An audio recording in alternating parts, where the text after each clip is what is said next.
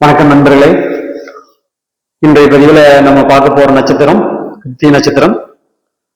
இந்த கிருத்திகை நட்சத்திரத்துக்கு பார்க்கறதுக்கு முன்னாடி ஒவ்வொரு நட்சத்திரத்துக்குமே 4 பாதங்கள் இருக்கு. இதுல முதல் பாதம் பாத்தீங்கன்னு சொன்னோம்னா அவங்களுடைய கால், 2ஆம் பாதம் அவங்களுடைய தொடை, 3ஆம் பாதம் வயிறு, 4ஆம் பாதம் தலை. இது எல்லா நட்சத்திரங்களுக்கும் பொருந்தும். 27 நட்சத்திரங்களுக்கும் இது பொருந்தும். இதுல இப்ப 2 நட்சத்திரத்தை நம்ம பார்த்தோம். அதாவது அஸ்வினி நட்சத்திரம் பார்த்தோம், பரணி நட்சத்திரம் பார்த்தோம். இது 2 நட்சத்திரங்கள் முழு நட்சத்திரங்கள். இந்த 2 நட்சத்திரமே பாத்தீங்கன்னு சொன்னோம்னா மேசராசியில் இருந்தது. அதனால பலனை சொல்லிட்டோம். ஆனா இந்த கிருத்திகை நட்சத்திரத்துக்கு பலன் சொல்லும் போது இது 2 ராசியில் இருக்கு. இந்த நட்சத்திரம் கார்த்திகை 1ஆம் பாதம் மேசராசியில் இருக்கு. கார்த்திகை 2ஆம் பாதம், 3ஆம் பாதம், 4ஆம் பாதம் ரிஷபராசியில் இருக்கு. அப்போ நம்ம பலனை சொல்லும் போது இந்த 2 ராசி மிக்சிங் ஆகியத வரும். மேசராசியில் இருக்கிற பலனும் வரும், ரிஷபராசியில் இருக்கக்கூடிய பலனும் வரும். பொதுவா இந்த கிருத்திகை நட்சத்திரம் 6 நட்சத்திரங்கள் சேர்ந்தது.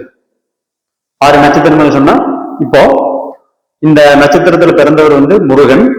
இந்த முருகனை வளர்த்தவர் யாருன்னு பாத்தீங்கன்னா அந்த 6 நட்சத்திர பெண்கள் தான் அந்த முருகனை வளர்த்தினது. அப்போ இயற்கையாவே இந்த நட்சத்திரத்துல பிறந்தவங்களுக்கு குழந்தைகளை பேணி காக்கக்கூடிய தன்மை ரொம்பவே அதிகமா இருக்கும். அன்பா, ஆதரவா, அனுசரணையா குழந்தை செல்வங்களை நல்லபடியா வளர்த்துவாங்க. அதே மாதிரி இந்த நட்சத்திரத்தினுடைய உருவம் பாத்தீங்கன்னு சொன்னோம்னா கத்தி. பொதுவா கத்தி ரொம்ப கவனமா கையாள வேண்டிய விஷயம். கரெக்டா யூஸ் பண்ணீங்கன்னா கரெக்டா இருக்கும். மாத்தி யூஸ் பண்ணோம்னா அது நம்ம வாழ்க்கையவே புரட்டி போட்டுரும். அப்போ இந்த கிருத்திகை நட்சத்திரத்துக்கு கூட பழகிறவங்க யாரா இருந்தாலும் கத்தி கூட கையில வச்சிருக்கிற மாதிரியே நீங்க பழகணும். அப்போ எந்த விஷயத்திலையும் அவங்ககிட்ட நீங்க கரெக்டா இருக்கணும்.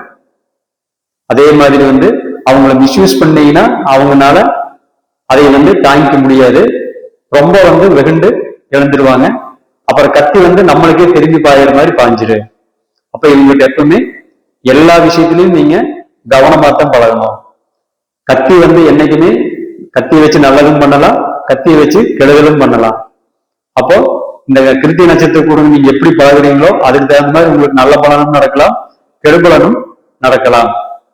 அதே மாதிரி இந்த நட்சத்திரம் இறந்த கால நட்சத்திரமாகவும் இருக்கும், நிகழ்கால நட்சத்திரமாகவும் இருக்கும். இந்த கார்த்திகை 1ஆம் பாதம் இறந்த காலம், கார்த்திகை மற்ற 3 பாதங்களுமே இறந்த நிகழ்காலம். அப்போ இந்த கார்த்திகை நட்சத்திரம் நடந்து போன பழைய விஷயங்களை அசைப்போட்டுட்டே இருப்பாங்க. அதே மாதிரி நிகழ்கால எதிர்காலத்தை பத்தி யோசிக்காம இப்போ நம்மளுக்கு காரியம் நடந்தா சரி, நாளைக்கு வர்றதை நாளைக்கு பார்க்கலாம் அப்படிங்கிற எண்ணமும் உங்களுக்கு அதிகமா இருக்கும். இறந்த காலத்தை பத்தி அதிகமாக யோசிக்கிற தன்மையும் இவங்களுக்கு அதிகமாக இருக்கும். இவங்களுடைய நட்சத்திரத்தினுடைய அதிதேவதை யாருன்னு கேட்டீங்கன்னா அக்னி. பொதுவா இந்த கார்த்திகை நட்சத்திரம் நீங்க பழகும் போது இவங்ககிட்ட இருக்கக்கூடிய அத்தனை விஷயங்களும் அவங்க கிரகிச்சுக்குவாங்க. அதே மாதிரி உங்ககிட்ட என்னென்னலாம் இருக்கோ நல்ல விஷயங்கள் இருக்கோ அதை பூரா அவங்க எடுத்துக்குவாங்க. ஏன்னா அக்னியுடைய தன்மை அதுதான். அதாவது நீங்க எதுவா மாறினாலும் அந்த அக்னியை நீங்க என்ன உள்ள போட்டீங்களோ அதை மாத்தி மாத்திக்கும். அப்போ இவங்களும் அதே மாதிரிதான். இவங்ககிட்ட நீங்க பழகும் போது உங்ககிட்ட இருக்கிற எல்லா விஷயத்தையும் அவங்க எடுத்துக்குவாங்க. அதே மாதிரி இந்த கிருத்திகை நட்சத்திரம் எப்பவுமே அடுத்தவங்களுடைய பிரச்சனைக்கு முக்கியத்துவம் கொடுப்பாங்க. இவங்களை நம்பி நீங்க உங்க பிரச்சனைகளை சொன்னீங்கன்னா கண்டிப்பாக அதைய சால்வ் பண்ணிடுவாங்க. எடுத்த காலை பின்னாடி எடுத்து வைக்க மாட்டாங்க. இவங்களை நீங்க முழுசா நம்பலாம். நம்பி எந்த காரியத்தையும் ஒப்படைக்கலாம். கண்டிப்பாக அந்த காரியத்தை முடிச்சு கொடுத்துருவாங்க. கார்த்திகை நட்சத்திரம் சாப்பாட்டு விஷயத்துல ரொம்ப ரொம்ப இனிமையா, சுவையா, சூடா, நல்லா வகை வகையா சாப்பிடணும்னு நினைக்கக்கூடிய தன்மை இவங்களுக்கு அதிகமா இருக்கும்.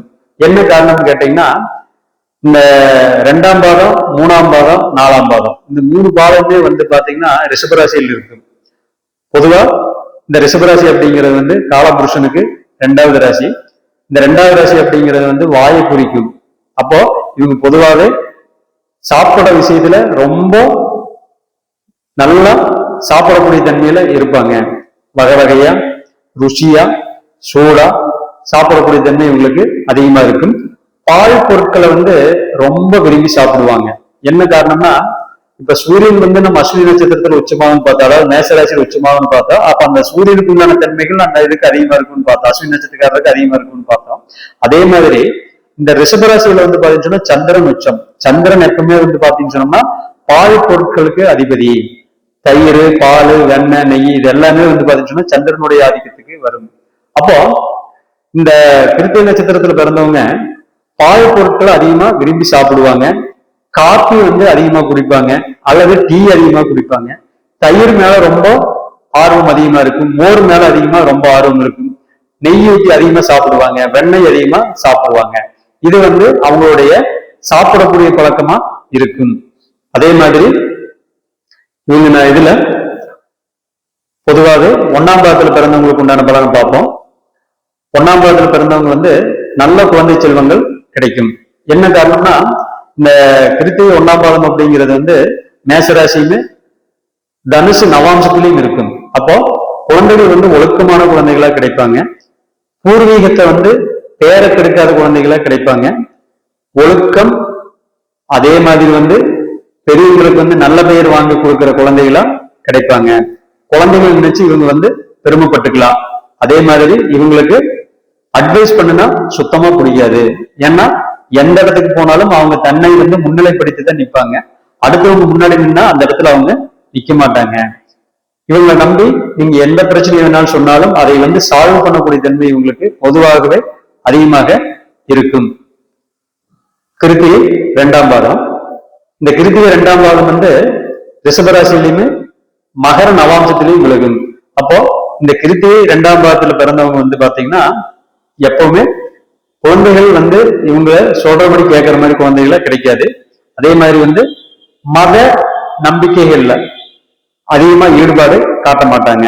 இந்த மத நம்பிக்கைகள் என்னன்னு கேட்டீங்கன்னா, கோயில் விஷயங்களை முன்னாடி நின்று பண்றது, கோயில் வேலைகளை முன்னாடி நின்று பண்றது, அதே மாதிரி வந்து கோயிலுக்கு வரக்கூடிய விழாக்கள்ல வந்து முன்னாடி நின்று நிற்கிறது, வேலைகளை இழுத்து போட்டு பண்றது, இந்த மாதிரி விஷயங்கள்ல இவங்க பண்ண மாட்டாங்க.